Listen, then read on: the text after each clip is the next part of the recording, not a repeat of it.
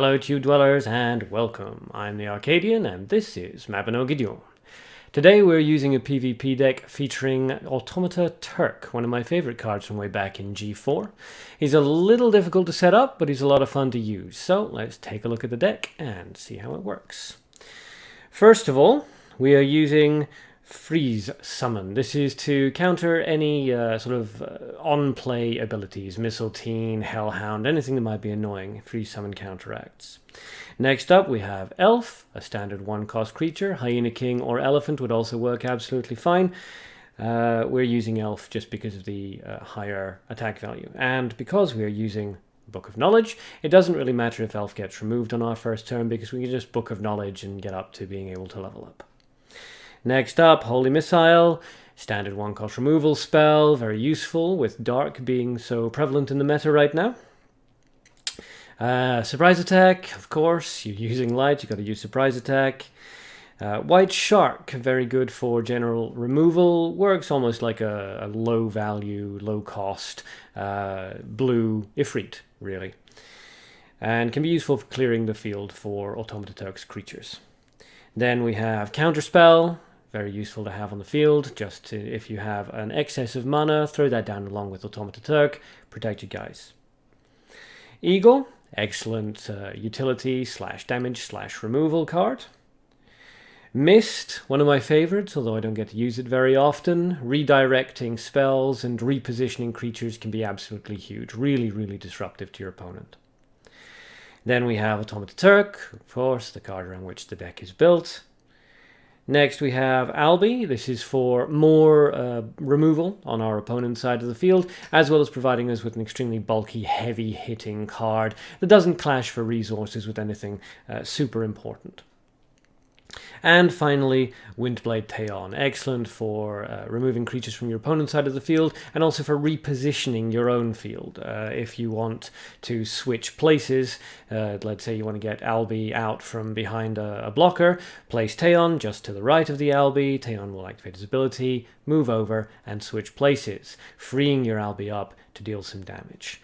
And that works for anything that Turk might summon as well. So, it's quite a versatile deck, a little difficult to run, a little difficult to set up, but once it's underway, it's extremely rewarding. So, let's dive into a battle and see how it goes.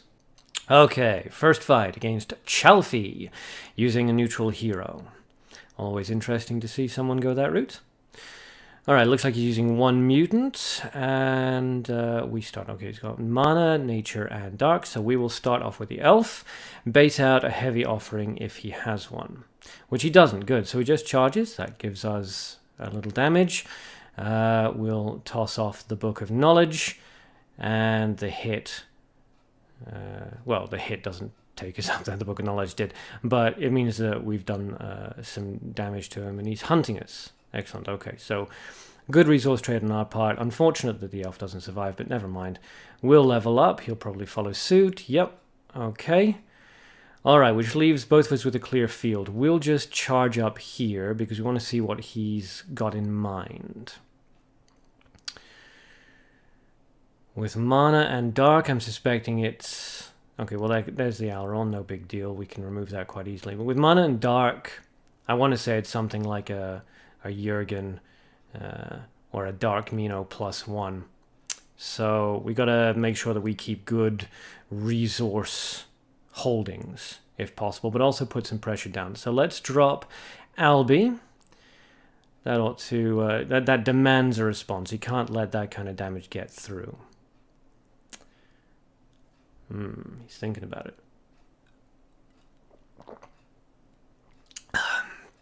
One of these days I'm going to have to make a deck with a full potion of restoration. Okay, he's really thinking about it.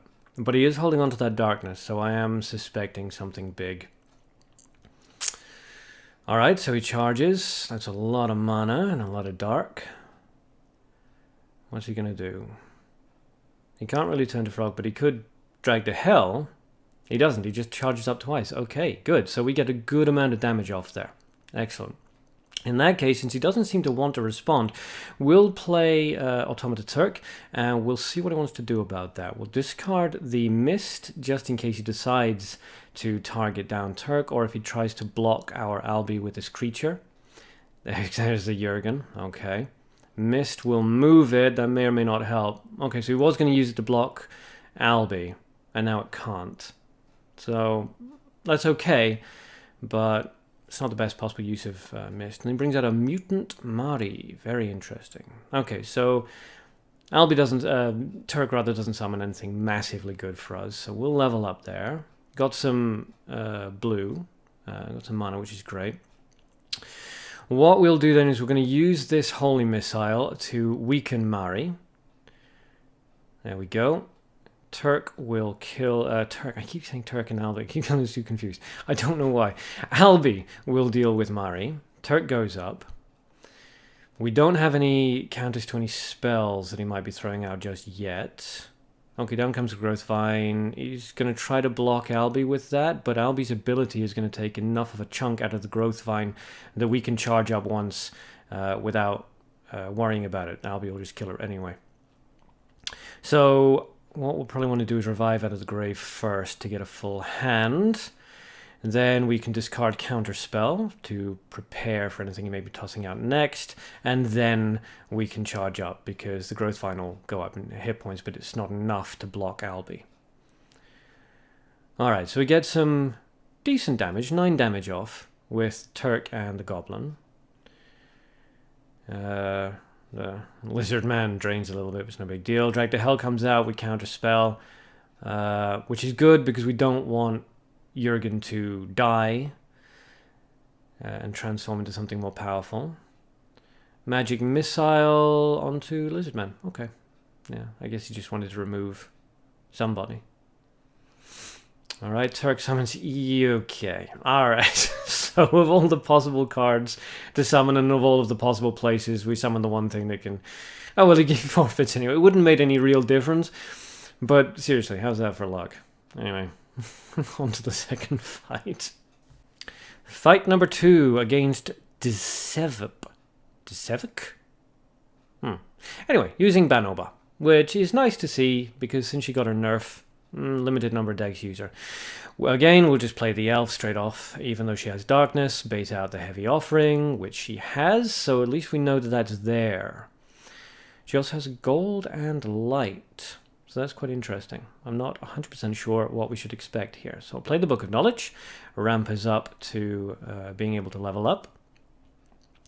She drops a share, okay. Alright, well, it's always nice to see share. We can't let her go unchallenged, though. So we'll drop the Shark. Not in front of the share because we don't really care too much about killing her outright, and Shark's ability will do that anyway. Drops the Golden Bomb Squad. It's unfortunate because that's guaranteeing a kill on our Shark. We could just let the Shark do its thing, but I don't want to risk anything here, so we'll drop the Eagle. Hopefully it'll kill the share. No, that's unfortunate.